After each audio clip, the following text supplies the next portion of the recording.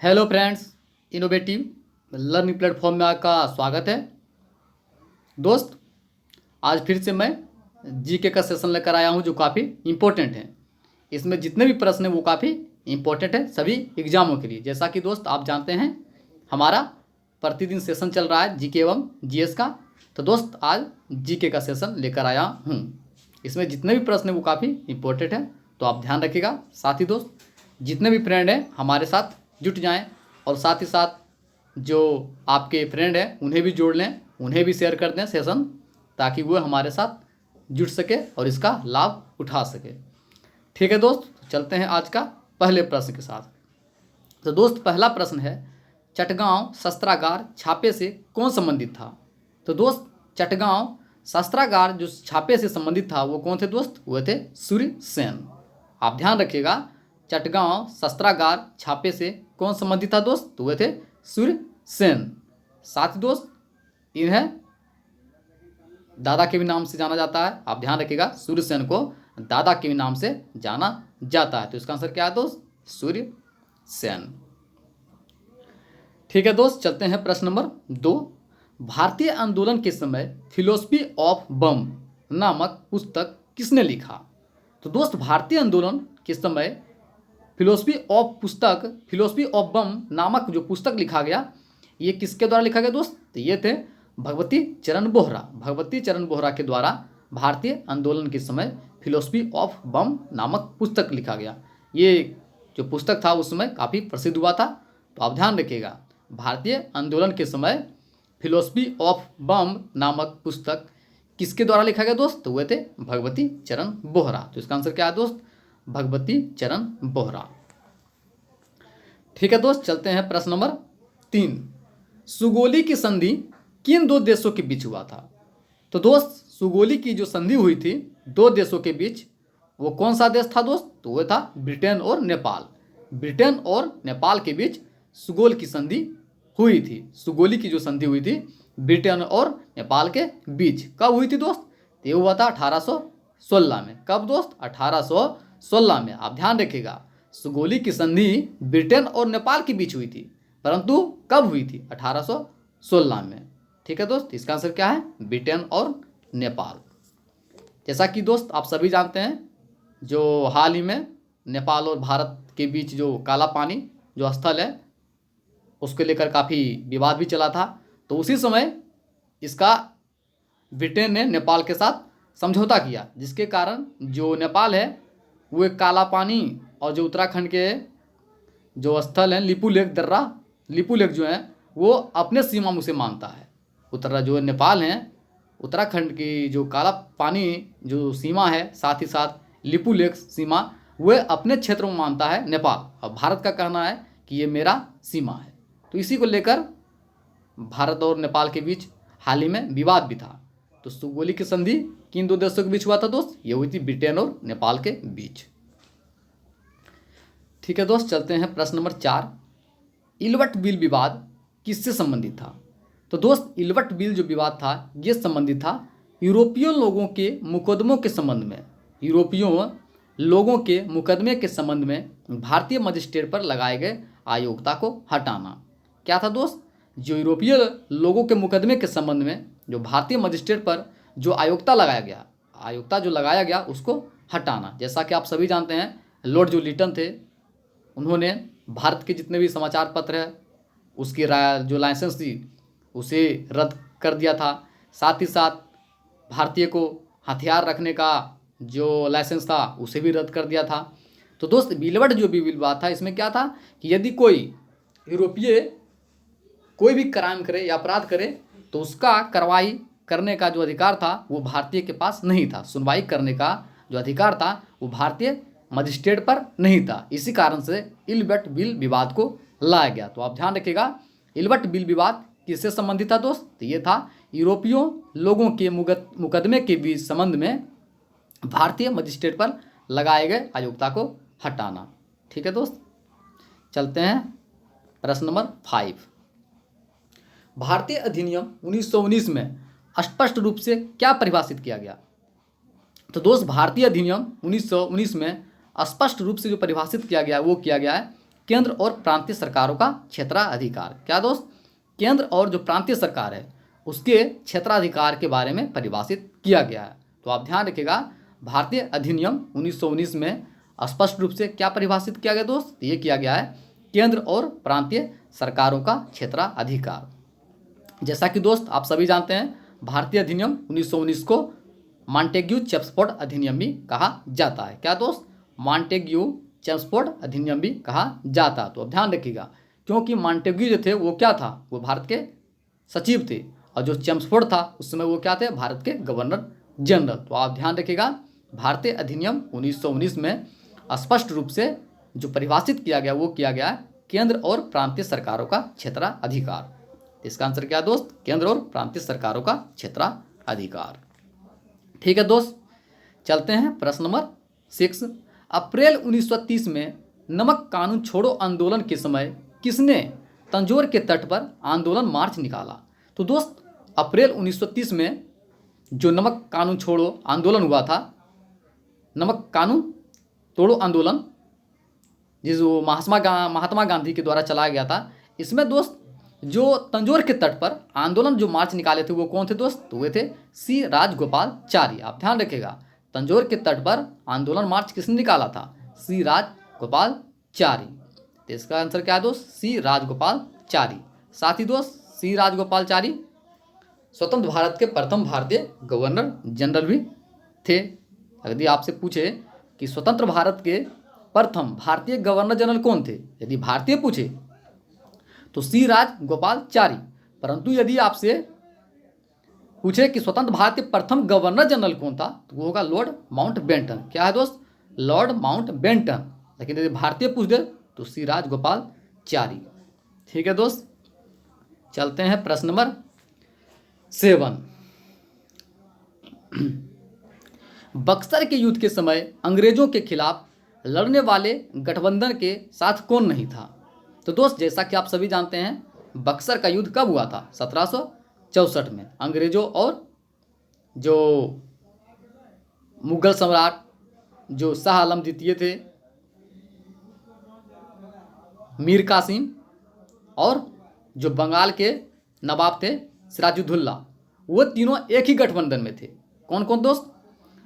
मीर कासिम, बंगाल के जो नवाब थे सिराजुद्दौला, और मुगल सम्राट शाह आलम द्वितीय, ये तीनों एक ही पक्ष के थे। परंतु दोस्त जो मीर जाफर थे वो अंग्रेजों के खिलाफ नहीं थे। कौन नहीं थे दोस्त? मीर जाफर। तो आप ध्यान रखिएगा, बक्सर का ये जो युद्ध हुआ था उसमें अंग्रेजों के खिलाफ कौन नहीं था? मीर जाफर नहीं था, परंतु मीर कासिम, शाह आलम द्वितीय और सिराजुद्दौला तीनों एक ही पक्ष में थे। तो इसका आंसर क्या है दोस्त? मीर जाफर। ठीक है दोस्त, ध्यान रखिएगा, मीर जाफर जो था अंग्रेजों के खिलाफ नहीं था बक्सर के युद्ध में। ठीक है दोस्त, चलते हैं प्रश्न नंबर 8। 1857 के विद्रोह को किसने भारत का पहला स्वतंत्रता संग्राम की संज्ञा दी? तो दोस्त 1857 का जो विद्रोह हुआ था उसने जो भारत का पहला स्वतंत्रता संग्राम की संज्ञा दी थी 1857 के विद्रोह को, किसने दी दोस्त? तो ये थी बीडी सावरकर ने। बीडी सावरकर जो थे उन्होंने कहा था कि 1857 का जो विद्रोह है वो भारत का पहला स्वतंत्रता संग्राम युद्ध है। तो आप ध्यान रखिएगा, 1857 के विद्रोह को किसने भारत का पहला स्वतंत्रता संग्राम की संज्ञा दी दोस्त? तो वे थे बीडी सावरकर। इसका आंसर क्या दोस्त? बीडी सावरकर। साथ ही दोस्त 1857 की जो क्रांति हुई थी तो उस समय भारतीय गवर्नर जनरल कौन था? तो दोस्त वो कौन था? लॉर्ड कैनिंग, जैसा कि आप सभी जानते हैं। आप ध्यान रखिएगा, 1857 की क्रांति के समय जो भारत के गवर्नर जनरल थे वो कौन थे दोस्त? तो वो थे लॉर्ड कैनिंग। ठीक है दोस्त, चलते हैं प्रश्न नंबर 9। अवध और लखनऊ में 1857 का विद्रोह किसके नेतृत्व में किया गया? तो दोस्त अवध और लखनऊ जो था वहाँ पर 1857 का जो विद्रोह किया गया किसके नेतृत्व में दोस्त? तो वे थे बेगम हजरत महल। आप ध्यान रखिएगा, यदि आपसे पूछे अवध और लखनऊ में 1857 का विद्रोह किसके नेतृत्व में किया गया तो कौन था दोस्त? कौन थी? बेगम हजरत महल। बेगम हजरत महल के द्वारा ही अवध और लखनऊ में 1857 का विद्रोह किया गया। साथ ही दोस्त जैसा कि आप सभी जानते हैं झांसी से कौन थी, तो झांसी से थी रानी लक्ष्मीबाई और तात्या टोपे। कौन थे दोस्त? रानी लक्ष्मीबाई और तात्या टोपे। बात की जाए बिहार से, तो बिहार के जगदीशपुर से, जो जगदीशपुर थे वहाँ से कौन थे दोस्त? वो थे वीर कुंवर सिंह। कौन थे दोस्त? वीर कुंवर सिंह। बात की जाए दिल्ली, तो दिल्ली से कौन था? लाल शाह बहादुर, बहादुर शाह जफर, माफ कीजिएगा दोस्त, बहादुर शाह जफर। अब बात की जाए अगर पटना से, तो कौन था? पीर अली। तो आप जो इम्पोर्टेंट है ध्यान रखिएगा। साथ ही साथ कानपुर से कौन थे? नाना साहब। कौन थे दोस्त? नाना साहब। एक बार मैं फिर रिपीट करना चाहूँगा, अवध और लखनऊ से कौन था? बेगम हजरत महल। बात की जाए झांसी से, तो झांसी से कौन थी? नाना तात्या टोपे और रानी लक्ष्मीबाई। कौन थे दोस्त?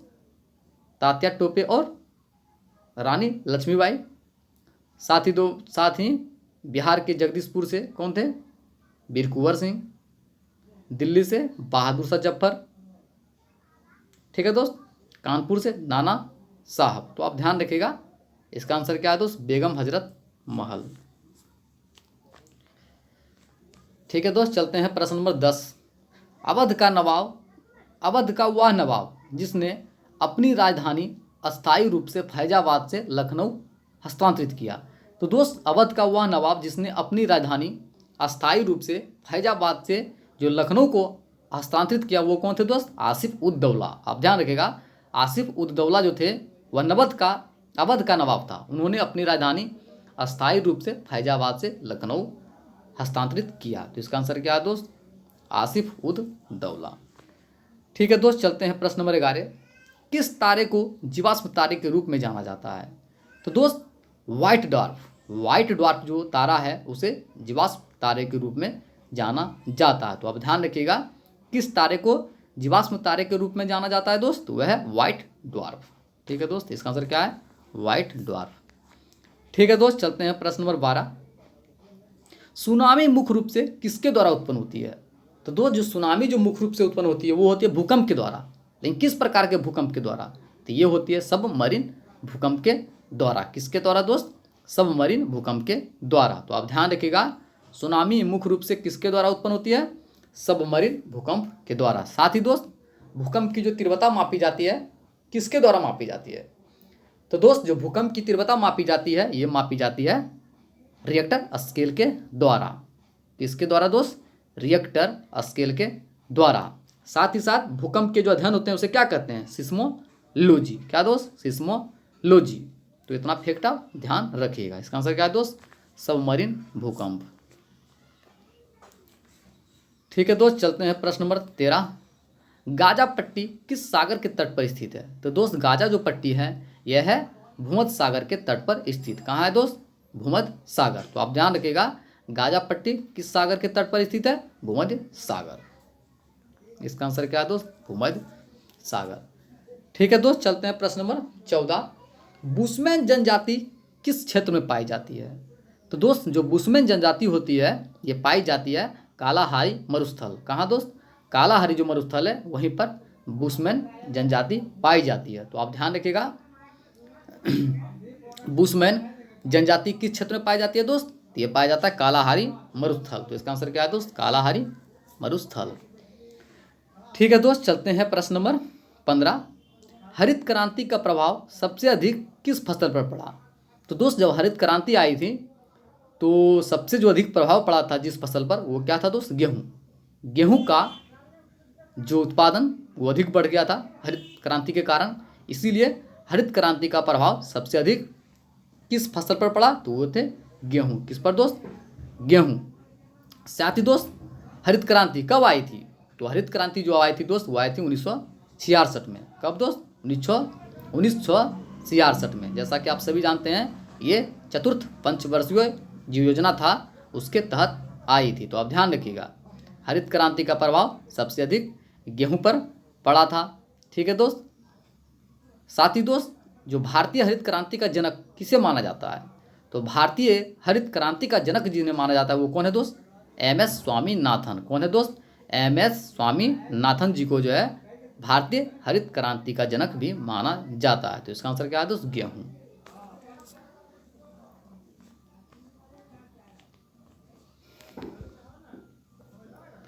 ठीक है दोस्त, चलते हैं प्रश्न नंबर 16। आसपास के पौधों एवं जानवरों के संबंध के अध्ययन को क्या कहा जाता है? तो दोस्त आसपास के जो पौधे और जानवर होते हैं उसके बीच जो संबंध होते हैं उसके अध्ययन को कहते हैं हम इकोलॉजी। क्या दोस्त? इकोलॉजी। इकोलॉजी के माध्यम से हम पौधों एवं जानवरों के संबंध को समझ सकते हैं। तो इसीलिए आसपास के पौधों एवं जानवरों के संबंध को क्या कहा जाता है दोस्त? तो इसके जो अध्ययन होते हैं इसको बोलते हैं इकोलॉजी, जैसा कि आप सभी जानते हैं। तो इसका आंसर क्या है दोस्त? इकोलॉजी। ठीक है दोस्त, चलते हैं प्रश्न नंबर 17। झूम क्या होती है? तो दोस्त जो झूम होती है वो एक प्रकार की खेती का प्रकार है। एक क्या है दोस्त? एक खेती का प्रकार है। आप ध्यान रखिएगा, झूम जो होता है क्या है?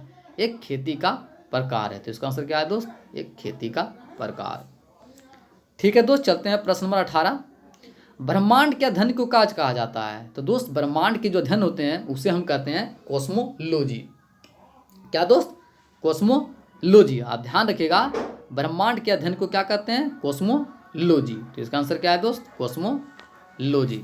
साथ ही दोस्त जो जलवायु होते हैं उसके अध्ययन को क्या कहते हैं?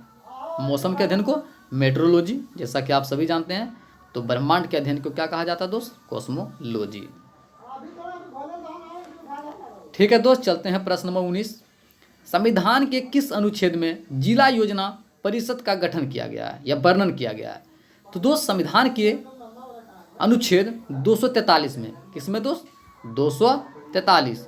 जो अनुच्छेद 243 है उसमें जिला योजना परिषद का वर्णन किया गया। तो आप ध्यान रखिएगा, संविधान के किस अनुच्छेद में जिला योजना परिषद का वर्णन किया गया है दोस्त? यह है अनुच्छेद 243। जैसा कि आप सभी जानते हैं अनुच्छेद 243 पंचायती राज से भी संबंधित है। तो इसका आंसर क्या है दोस्त? 243।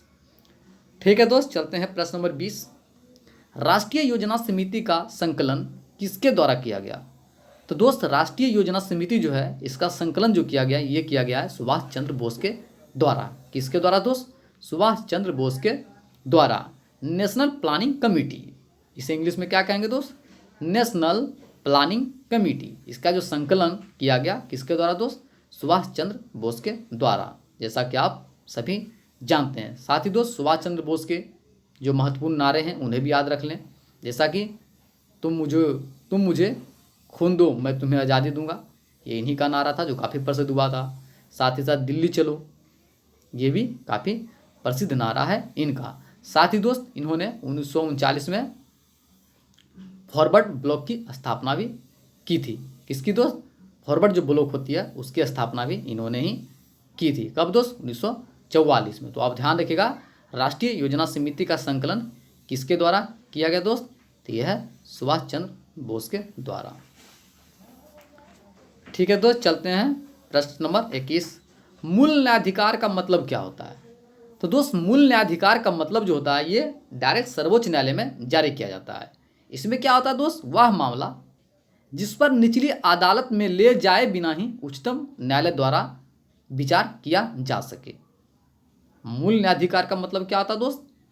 वैसी मामला जिसे आप निचली अदालत जितने भी है, सेशन कोर्ट या हाई कोर्ट, उसमें ले जाए बिना ही आप यदि उच्चतम न्यायालय में इसे दायर कर दें तो उसे ही बोलते हैं मूल न्यायाधिकार। जैसा कि आप सभी जानते हैं ये उच्चतम न्यायालय का अधिकार है। तो आप ध्यान रखिएगा, मूल न्यायाधिकार क्या होता है दोस्त? ये होता है वह मामला जिस पर निचली अदालत में ले जाए बिना ही उच्चतम न्यायालय द्वारा किसी भी मामले पर विचार किया जा सके, तो इसे बोलते हैं मूल न्यायाधिकार। ठीक है दोस्त, इसका आंसर क्या है? वह मामला जिस पर निचली अदालत में ले जाए बिना ही उच्चतम न्यायालय द्वारा विचार किया जा सके। ठीक है दोस्त, चलते हैं प्रश्न नंबर 22। निजता का अधिकार किस अनुच्छेद के तहत वर्णित है? तो दोस्त राइट टू प्राइवेसी जो है ये किसके तहत वर्णित है दोस्त? यह है अनुच्छेद 21 के तहत। आप ध्यान रखिएगा, निजता का अधिकार को हम राइट टू प्राइवेसी भी कहते हैं। ये किस अनुच्छेद के तहत वर्णित है दोस्त? तो यह है अनुच्छेद 21 के तहत। तो आप ध्यान रखिएगा, इसका आंसर क्या है दोस्त? अनुच्छेद 21।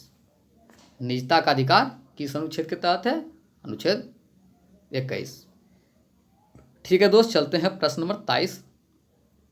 भाषा के आधार पर राज्यों का पुनर्गठन कब किया गया? तो दोस्त भाषा के आधार पर राज्यों का जो पुनर्गठन किया गया ये किया गया 1956 में। कब दोस्त? 1956 में। आप ध्यान रखिएगा, भाषा के आधार पर राज्यों का जो पुनर्गठन हुआ कब हुआ था? 1956। जैसा कि आप सभी जानते हैं, भाषा के आधार पर सर्वप्रथम गठित होने वाला राज्य कौन सा है? तो वह है आंध्र प्रदेश। कौन सा दोस्त? आंध्र प्रदेश। आप ध्यान रखिएगा, यदि आपसे पूछे कि भाषाई आधार पर, भाषा के आधार पर या भाषाई के आधार पर गठन होने वाला सर्वप्रथम राज्य कौन सा है दोस्त? वो है आंध्र प्रदेश। कौन है दोस्त? आंध्र प्रदेश। इसका आंसर क्या है दोस्त? 1956। ठीक है दोस्त, चलते हैं प्रश्न नंबर 24। राष्ट्रीय गान को संविधान द्वारा कब अपनाया गया? तो दोस्त राष्ट्रीय जो गान है इसको संविधान द्वारा जो अपनाया गया कब दोस्त? 24 जनवरी 1950 को। 24 जनवरी 1950 को राष्ट्रीय गान को संविधान द्वारा अपनाया गया। साथ ही दोस्त राष्ट्रीय गान जो है क्या है हमारा?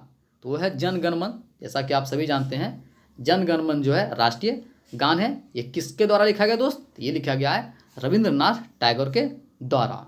कौन दोस्त?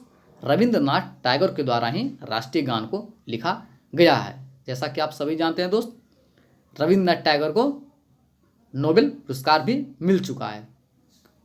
उन्हें ये पुरस्कार किस क्षेत्र में मिला दोस्त? ये मिला था साहित्य के क्षेत्र में। आप ध्यान रखिएगा, यदि आपसे पूछे कि रविंद्रनाथ टैगोर को नोबेल पुरस्कार जो मिला है किस क्षेत्र में मिला है, तो ये मिला है किस में दोस्त?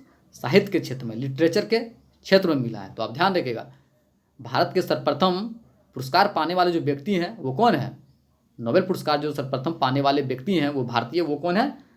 वो है दोस्त रविंद्रनाथ टैगोर। कौन है दोस्त? रविंद्रनाथ टैगोर। तो आप ध्यान रखिएगा, राष्ट्रीय गान को संविधान द्वारा कब अपनाया गया दोस्त? ये है 24 जनवरी 1950।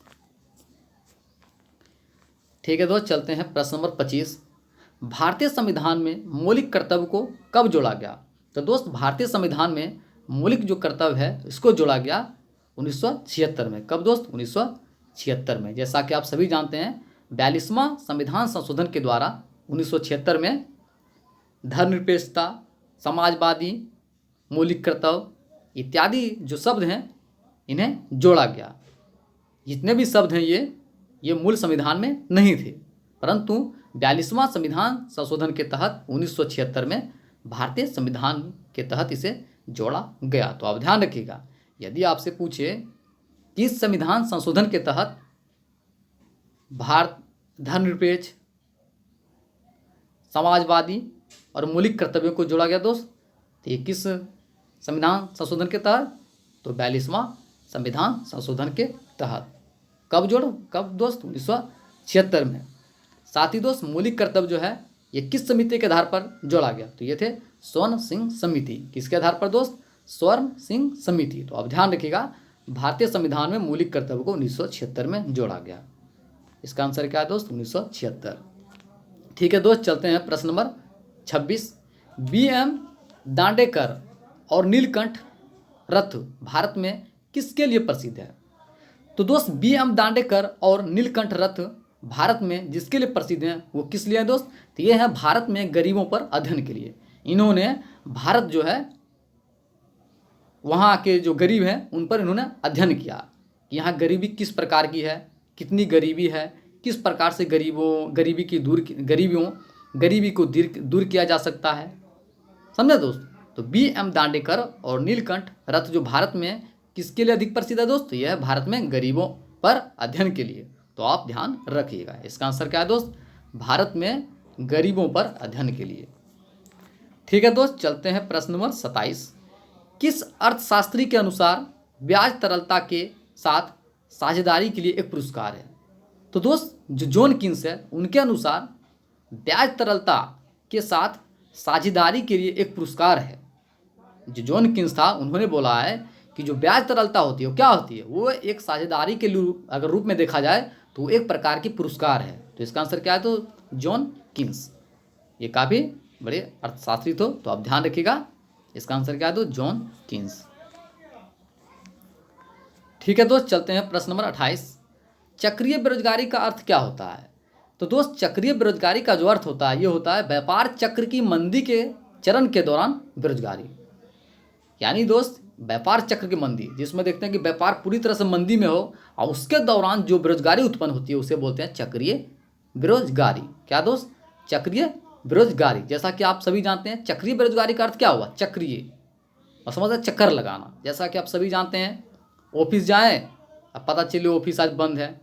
आप ऑफिस में जाएं किसी भी काम के लिए, जॉब के लिए, तो आपको वहाँ आपको प्रतिदिन बलगलाया जा रहा हो, आपको प्रतिदिन ऑफिस से घुमाया जा रहा हो। तो चक्रीय बेरोजगारी का अर्थ यही हुआ कि व्यापार चक्र की मंदी के चरण के दौरान उत्पन्न बेरोजगारी। जैसा कि अभी सभी जानते हैं अभी कोरोना, जिस प्रकार कोरोना का जो प्रकोप है, आउटब्रेक चल रहा है, इसके कारण क्या है? देखिए कि अभी बेरोजगारी अधिक मात्रा में बढ़ गया है। तो ये क्यों हो रहा है? क्योंकि अभी व्यापार रुका हुआ है, जो वस्तुओं का उत्पादन था वो भी रुका हुआ है, सारी फैक्ट्रियाँ बंद है, यातायात परिवहन जितने भी हैं सब बंद है। इसके कारण क्या है कि बेरोजगारी की समस्या जो है वो अधिक और उत्पन्न हो चुकी है। तो चक्रीय बेरोजगारी का अर्थ हुआ व्यापार चक्र की मंदी के कारण जो उत्पन्न होती है बेरोजगारी, उसे हम चक्रीय बेरोजगारी कहते हैं। तो इसका आंसर क्या है दोस्त? व्यापार चक्र की मंदी के चरण के दौरान उत्पन्न बेरोजगारी। ठीक है दोस्त, चलते हैं प्रश्न नंबर 29। व्यापार संतुलन किसके मध्य का एक अंतर है? तो दोस्त जो व्यापार संतुलन होता है वो क्या होती है? वो आयात और निर्यात पर निर्भर करता है। व्यापार संतुलन जो होता है, ट्रेड बैलेंस, ये किस पर निर्भर करता है? ये निर्भर करता है आयात और निर्यात, किस प्रकार कितना आयात हो रहा हो, कितना निर्यात, इसी पर निर्भर करता है व्यापार संतुलन। यदि दोनों बराबर हो तो संतुलन सेम रहेगा। परंतु आप देखें आयात अधिक बढ़ गया और निर्यात कम हो, या निर्यात अधिक हो आयात कम हो, तो इससे क्या होता है? व्यापार संतुलन के बारे में पता चलता है कि किस प्रकार व्यापार बढ़ रहा है या घट रहा है। तो आप ध्यान रखिएगा व्यापार संतुलन किसके मध्य का अंतर है? आयात और निर्यात। इसका आंसर क्या है दोस्त? आयात और निर्यात। ठीक है दोस्त, चलते हैं प्रश्न नंबर 30 और आज का अंतिमा प्रश्न। तो दोस्त अंतिमा प्रश्न आपका है, संविधान का अनुच्छेद 279A किससे संबंधित है? तो दोस्त जैसा कि आप सभी जानते हैं संविधान का जो अनुच्छेद है 279A किससे संबंधित है? यह है जीएसटी परिषद गठन से। जीएसटी जो परिषद गठन होते हैं उससे ही संबंधित है 279A। तो आप ध्यान रखिएगा संविधान का अनुच्छेद 279A किससे संबंधित है दोस्त? तो जीएसटी परिषद गठन से। बात आई जीएसटी, तो जीएसटी भारत में कब से लागू हुई? तो ये लागू हुई है 1 जुलाई 2017 से। कब दोस्त? 1 जुलाई 2017 से। इसी कारण 1 जुलाई को जीएसटी दिवस भी मनाया जाता है। ध्यान रखिएगा जीएसटी दिवस कब मनाया जाता है? 1 जुलाई को। साथ ही दोस्त जीएसटी किस प्रकार का कर है? तो जीएसटी होता है अप्रत्यक्ष कर। किस प्रकार का दोस्त? अप्रत्यक्ष कर। अप्रत्यक्ष कर का मतलब या अर्थ ये हुआ दोस्त कि जिसे आप सरकार को प्रत्यक्ष रूप से आप कर नहीं दे पा रहे हैं। जो प्रत्यक्ष कर होती है उसमें क्या होती है? आप सरकार को प्रत्यक्ष रूप से मतलब अपने हैंड टू हैंड एक तरह से मान लीजिए कि सरकार को आप कर चुका रहे हैं। परंतु अप्रत्यक्ष कर का मतलब वो क्या हुआ कि आप किसी दूसरे के माध्यम से आप सरकार को कर पहुंचा रहे हैं, तो हुआ अप्रत्यक्ष कर। तो जीएसटी किस प्रकार का कर है दोस्त? यह है अप्रत्यक्ष कर। तो इसका आंसर क्या है दोस्त? अप्रत्यक्ष कर। ठीक है दोस्त, मुझे उम्मीद है कि आप लोगों को ये सेशन काफ़ी पसंद भी आया होगा, क्योंकि इसमें जितने भी प्रश्न वो थे वो काफ़ी इंपॉर्टेंट थे। जैसा कि आप देखे होंगे इसमें इकोनॉमिक्स का था, पॉलिटिक्स का था, हिस्ट्री था और जियोग्राफी, इसमें मिला जुला प्रश्न था जो आपके एग्जाम के लिए काफ़ी महत्वपूर्ण है। तो आप ध्यान रखिएगा दोस्त, और दोस्त जितने भी फ्रेंड हैं उन्हें भी हमारे साथ जोड़ें। और साथ ही दोस्त मैं बताना चाहता हूँ कि यदि हमारा चैनल या वीडियो आपको पसंद आया हो तो कृपया हमारे चैनल को सब्सक्राइब कर लें, ज़्यादा से ज़्यादा शेयर करें, लाइक करें और कमेंट भी करें। साथ ही जितने भी फ्रेंड हैं उन्हें भी शेयर कर दें ताकि वो हमारे साथ जुड़ सके और इनका लाभ उठा सके। ठीक है दोस्त, थैंक यू सो मच।